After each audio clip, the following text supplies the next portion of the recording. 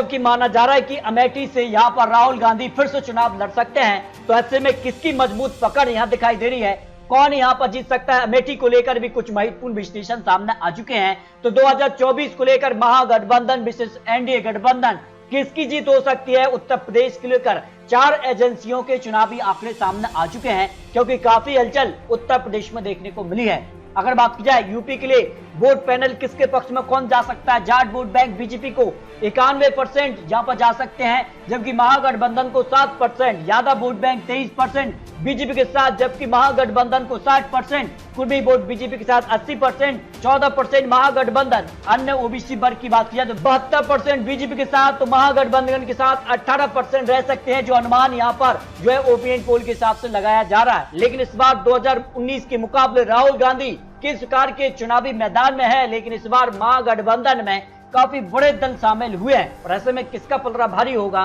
जबकि एनडीए गठबंधन में भी करीब 38 से ज्यादा दल शामिल हुए हैं। किसका पलड़ा भारी है 2024 के लिए यूपी सबसे महत्वपूर्ण माना जाता है और यहाँ पर किस प्रकार के वोट बैंक आ सकते हैं। देखिए सबसे पहले बात करते हैं ओबीसी वोट बैंक की, तो यादव यहाँ करीब 10% है, कुर्मी वोट करीब 5%, मौर्य करीब 5%, जाट वोट बैंक करीब 4%, राजभर 4%, लोधी वोट बैंक 3%, गुर्जर 2%, निषाद केवट यहाँ 4%, अन्य यहाँ पर जो है 6% ओबीसी वोट बैंक आते हैं। इसके अगर बात की जाए तो ओबीसी वोट बैंक क्यों महत्वपूर्ण है, क्योंकि वर्तमान की अगर बात की जाए तो 149 विधायक उत्तर प्रदेश से अकेले यहाँ पर जो है ओबीसी वर्ग से आ जाते हैं, जबकि 21 मंत्री वर्तमान में है। लोकसभा की 50 सीटों पर सीधा असर है, ओबीसी वोट बैंक करीब 42 से 43% आता है। इस हिसाब से अगर बात की जाए तो किसके पक्ष में कौन जा सकता है, लेकिन यहाँ पर 19% मुस्लिम वोट बैंक भी आते हैं और यहाँ पर किसके पक्ष में मुस्लिम वोट बैंक जा सकता है, बीजेपी के साथ 9%,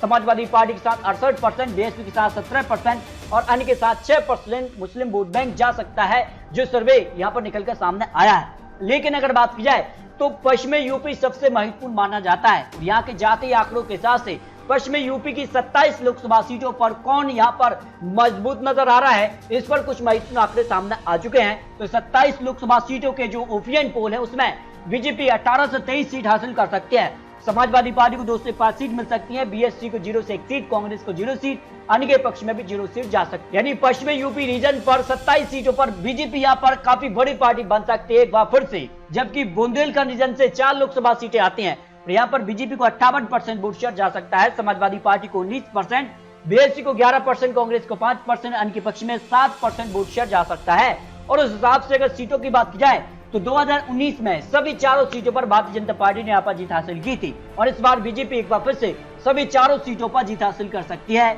जबकि समाजवादी पार्टी बीएसपी के पक्ष में 0 से 1 सीट की संभावना हो सकती है। इस तरह से अगर बात की जाए तो अवध रीजन की 23 लोकसभा सीटें भी निर्णायक मानी जाती हैं और यहाँ पर सीधे तौर पर किसका पलड़ा भारी नजर आ रहा है। वोट शेयर के मामले में BJP 63%, Samajwadi party 18%, BSP 10%, Congress 7, अन्य के पक्ष में 2% वोट शेयर जा सकता है। और इस हिसाब से सीटों की बात की जाए तो बीजेपी 18 से 23 सीट यानी सभी सीटों पर भी बीजेपी जीत हासिल कर सकती है, समाजवादी पार्टी को 0 से 1 सीट, बीएसपी को 0 से 1 सीट, कांग्रेस को 1 से 2 सीट, अन्य के पक्ष में 0 सीट जाने की संभावना यहाँ पर मर्टराइज ओपिनियन पोल के हिसाब से दिखाई दे रही है। यानी उत्तर प्रदेश पर अवध रीजन पर बीजेपी यहाँ पर काफी बड़ी पार्टी बनती नजर आ रही है, जबकि यूपी के लिए अगर बात की जाए तो पूर्वांचल रीजन से भी 26 लोकसभा सीटें आ जाती हैं। यहाँ पर अगर मर्टराइज के ओपिनियन पोल के हिसाब से बात की जाए तो यहाँ पर बीजेपी को 64%, समाजवादी पार्टी को 15%, बीएसपी को 16%, कांग्रेस को 3%, अन्य के पक्ष में 2% वोट शेयर जा सकता है। और इस वोट शेयर को जब सीटों में कन्वर्ट किया जाए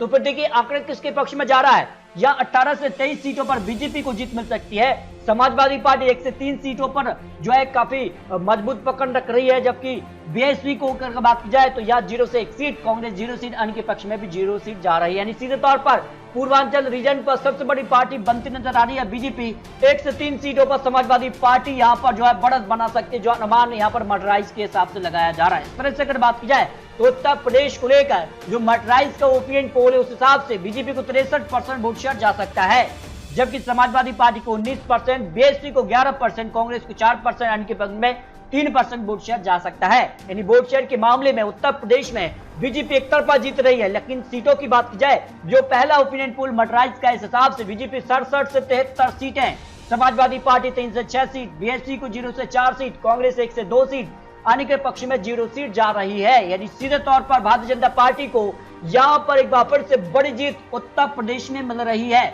और इस हिसाब से माना जाता है कि उत्तर प्रदेश में जिसको ज्यादा सीटें मिलती हैं कहीं ना कहीं केंद्र में सरकार बनाने के चांसेस उसके बढ़ जाते हैं। फिलहाल मर्डराइज के आंकड़े हैं, लेकिन